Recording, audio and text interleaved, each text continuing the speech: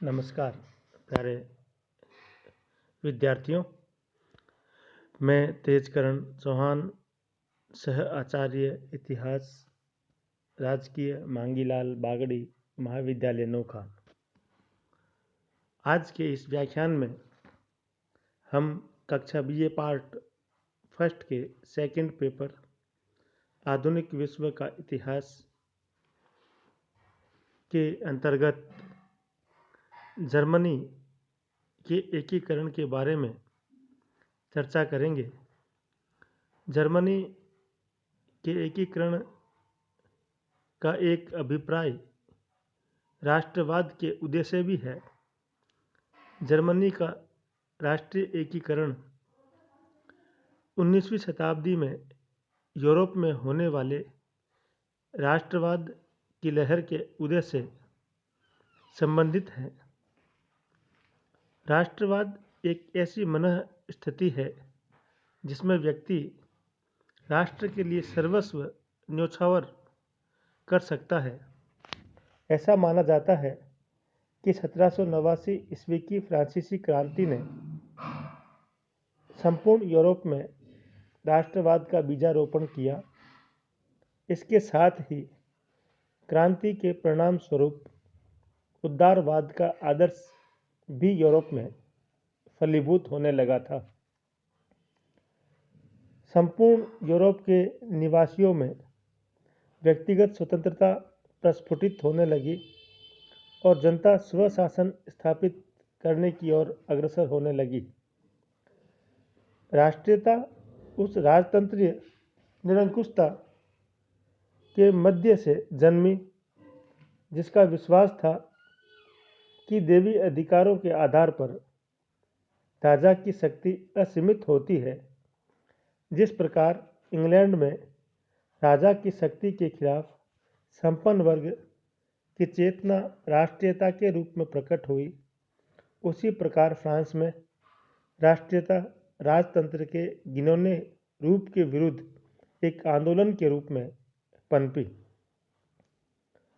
19वीं शताब्दी में जर्मनी का एकीकरण यूरोपियन इतिहास की एक अत्यंत महत्वपूर्ण घटना है। फ्रांस की क्रांति से पहले जर्मनी यूरोपियन देशों में सर्वाधिक क्षेत्रों में बटा हुआ देश था, जिसमें लगभग 300 जर्मन राज्य थे। जर्मनी के विभाजन का न केवल राजनीतिक अपितु भौगोलिक आधार था।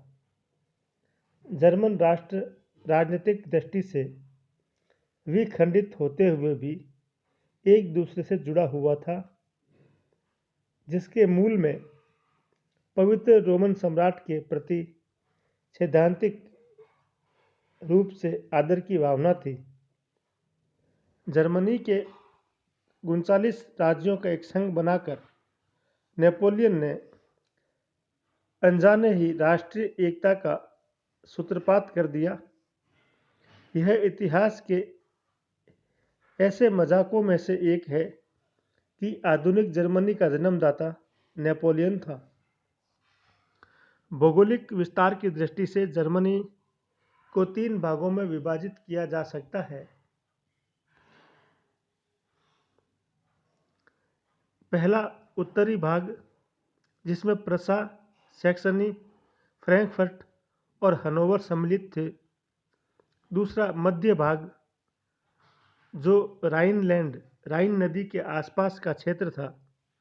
तीसरा दक्षिणी भाग, जिसमें बवेरिया, वुटेम्बर्ग, बाडेन, पैलेटिनेट और डर्मेस्टेट इत्यादि क्षेत्र सम्मिलित थे। इन संपूर्ण क्षेत्र में सैनिक शक्ति और आकार की दृष्टि से प्रसा सबसे शक्तिशाली था। जर्मनी के अनेक क्षेत्रों में विभाजित होने के कारण उनकी स्थिति दयनीय थी। फ्रांसीसी क्रांति के पश्चात 1806 ईस्वी में पवित्र रोमन सम्राट की समाप्ति हो गई, जिसके परिणाम स्वरूप जर्मन समाज की इन प्राचीन धार्मिक रूढ़ियों के समापन के साथ साथ जर्मन जनता में अपनी भूमि और संस्कृति के प्रति सैलाब उमड़ गया। जर्मनी के एकीकरण की राह में आने वाले अनेक व्यवधान मौजूद थे, जिनमें जर्मनी की भौगोलिक, राजनीतिक, आर्थिक और सामाजिक स्थिति पर जब हम नज़र डालते हैं तो पाते हैं कि जर्मन एकीकरण के कुछ ऐसे बाधक तत्व थे जो जर्मनी के विकेंद्रित होने के लिए मुख्य रूप से उत्तरदायी थे। पहला, जर्मनी की राजनीतिक, आर्थिक, सामाजिक और धार्मिक विषमता। सभी क्षेत्रों में मतैक्य विद्यमान थे। दूसरा, शिथिल सैनिक क्षमता। तीसरा, जनता में चेतना का अभाव। चौथा, ऑस्ट्रिया का जर्मन समस्याओं में हस्तक्षेप। पांचवा, जर्मनी के आंतरिक मामलों में विदेशी शक्तियों का दखल, विशेषकर फ्रांस जर्मनी के रोमन कैथोलिक मामलों में रुचि रखता था और इनके साथ साथ जर्मनी के राजनीतिक दलों में भी एकता का अभाव था।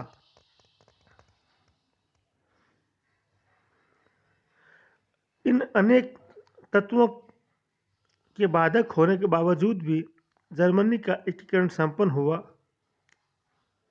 कुछ ऐसी घटनाएं घटी जिसने जर्मन एकीकरण को संभव बना दिया। जिस प्रकार अनेक तत्व जर्मनी के एकीकरण में बाधक थे, उसी प्रकार जर्मनी के एकीकरण में भी बहुत सारे सहायक तत्व मौजूद थे।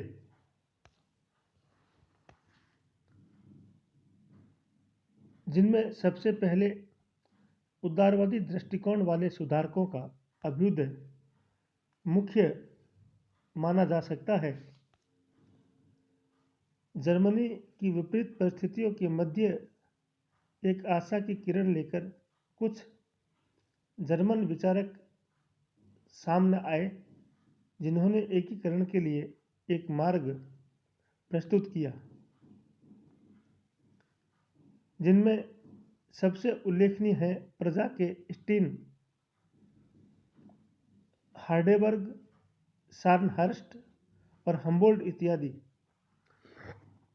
जिनमें स्टीन,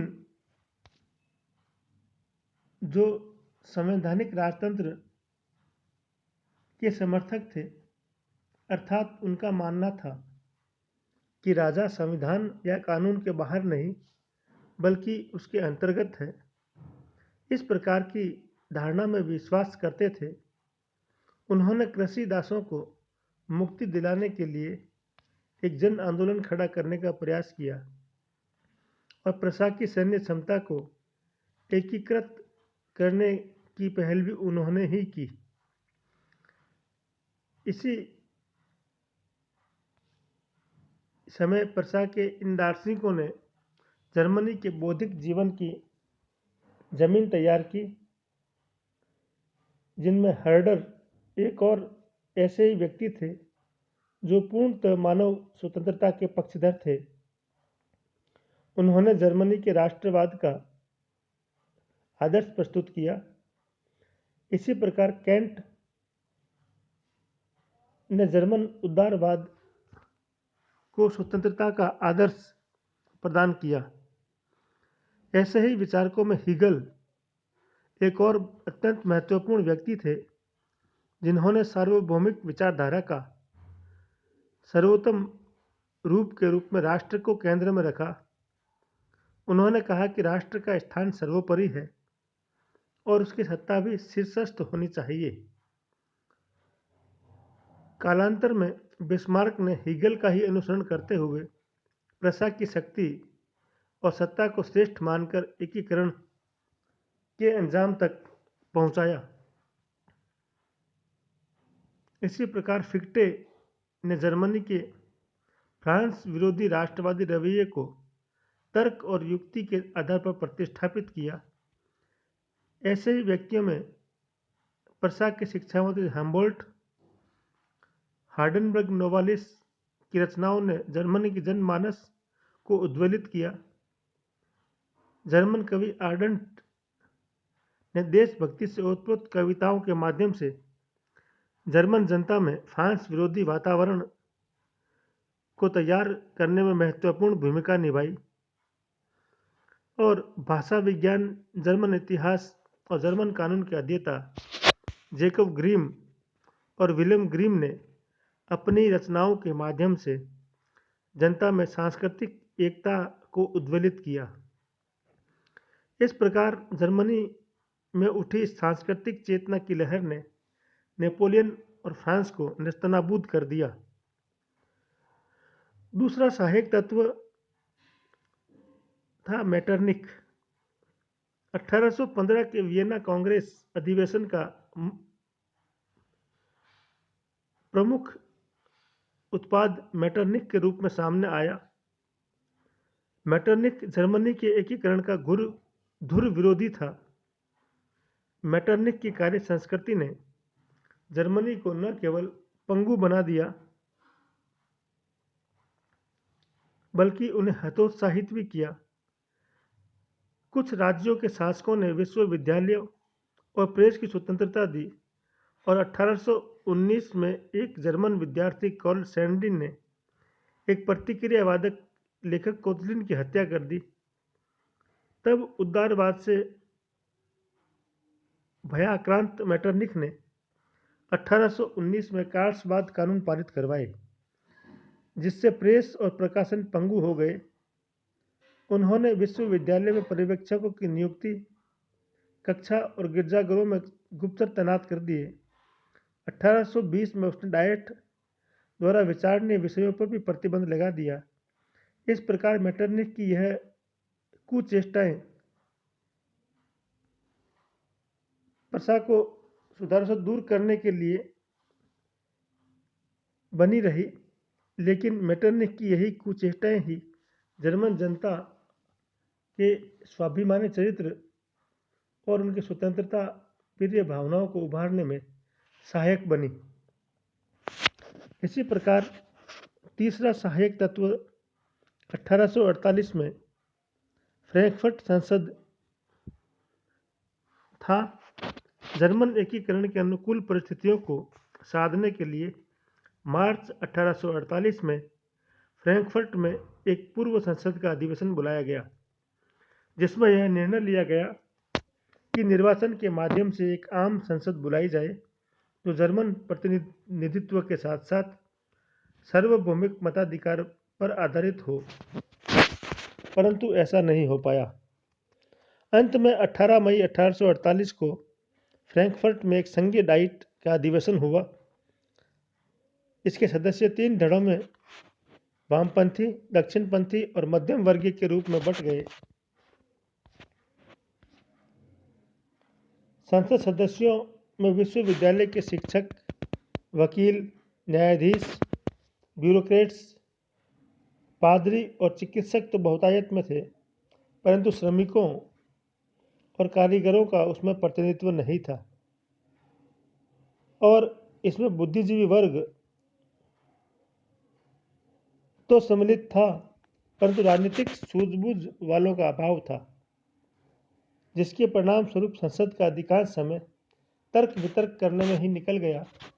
अंततः फ्रैंकफर्ट की संसद ने निर्णय लिया कि प्रसा के शासक विलियम को जर्मन का सम्राट बनाया जाए, लेकिन इस अस्थिर बुद्धि वाले शासक ने राजमुकुट धारण करने से इनकार कर दिया।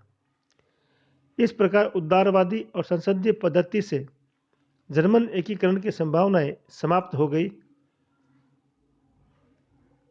तदुपरांत रक्त और लोह की नीति से जर्मन एकीकरण की पृष्ठभूमि तैयार हुई, जिसे बिस्मार्क ने साकार किया। जर्मनी के एकीकरण में 1830 और 1848 की क्रांति का भी प्रभाव था। 1830 में फ्रांस में चार्ल्स दशम के शासन को ध्वस्त होते देख जर्मन जनमानस में राष्ट्रीय एकीकरण का भाव पैदा हुआ। इस क्रांति के बाद प्रसा और दक्षिणी राज्यों ने ऑस्ट्रिया के आधिपत्य को चुनौती देते हुए सैनिक संगठन स्थापित किए। 1830 की क्रांति का प्रभाव यद्यपि लंबे समय तक नहीं रहा, परंतु 1848 में पुनः फ्रांस में क्रांति हुई, जिसने जर्मन राज्यों के देशभक्तों को पुनः उद्वेलित किया। इस क्रांति के पश्चात मेटरनिख ऑस्ट्रिया छोड़कर इंग्लैंड की तरफ भाग गया और जर्मनी की जनता ने क्षेत्रीय शासकों के विरुद्ध क्रांति का बिगुल बजा दिया। 13 मार्च 1848 को प्रसा की राजधानी बर्लिन में वहां के शासक फ्रेडरिक विलियम चतुर्थ ने क्रांति से भयभीत होते हुए क्रांतिकारियों की मांगों को स्वीकार करते हुए एक उदार संविधान को लागू कर दिया। इस प्रकार विलियम प्रथम का प्रसा का शासक जब बना, 1861 में फ्रेडरिक विलियम चतुर्थ की मृत्यु के बाद उसका भाई विलियम प्रथम प्रसा का शासक बना। उसका संवैधानिक सुधारों में विश्वास नहीं था। वह सैनिक कट्टरवाद का पक्षधर था। उसका मानना था कि जर्मनी पर जो व्यक्ति शासन करेगा उसे सर्वप्रथम जर्मनी को जीतना पड़ेगा और यह कार्य भाषणों से पूरा नहीं हो सकता है। राज्यारोहण के पश्चात विलियम प्रथम ने प्रसा को सैनिक दृष्टि से मजबूत बनाने हेतु कार्य शुरू किया। इस मंतव्य की पूर्ति के लिए उसने प्रतिनिधि सभा की सहमति भी प्राप्त की, परंतु प्रतिनिधि सभा ने धन की स्वीकृति देने से इनकार कर दिया। इस प्रकार सम्राट और प्रतिनिधि सभा के मध्य गतिरोध पैदा होने से संवैधानिक गतिरोध की स्थिति पैदा हुई। उसने भी जर्मन एकीकरण में मुख्य सहयोग प्रदान किया। इसी प्रकार जालवरिन का प्रादुर्भाव जर्मनी के एकीकरण में सबसे सहायक तत्वों में से एक था। फ्रेडरिक लिस्ट ने अर्थनीति की दिशा में पहल करते हुए एडम स्मिथ की प्रबंध वाणिज्य नीति को खारिज कर दिया। उन्होंने आर्थिक राष्ट्रवाद की अवधारणा को जन्म दिया। फ्रेडरिक लिस्ट का मानना था कि जर्मनी की सीमा के अंदर निःशुल्क वाणिज्य नीति उद्योगों की रक्षा के लिए आवश्यक हो सकती है। फ्रेडरिक लिस्ट जर्मनी में रेल मार्ग के जनक थे।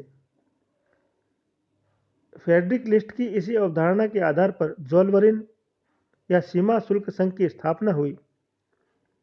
1819 में से लेकर 1834 तक जर्मनी के सभी राज्य अपने आर्थिक हितों को साधते हुए इसके सदस्य बन गए। परिणाम स्वरूप प्रसा का नेतृत्व उभर कर सामने आया। ऑस्ट्रिया के जोलवरिन से बाहर होने के कारण वह चारों तरफ से प्रतिकूल शुल्कों से घिर गया। प्रतिकूल परिस्थितियों में मेटरनिख भी सदस्य जोलवरिन का बना, परंतु जर्मन संघ में ऑस्ट्रिया ने अपना महत्व खो दिया और धीरे धीरे प्रसा शक्तिशाली हुआ। इससे जर्मन एकीकरण की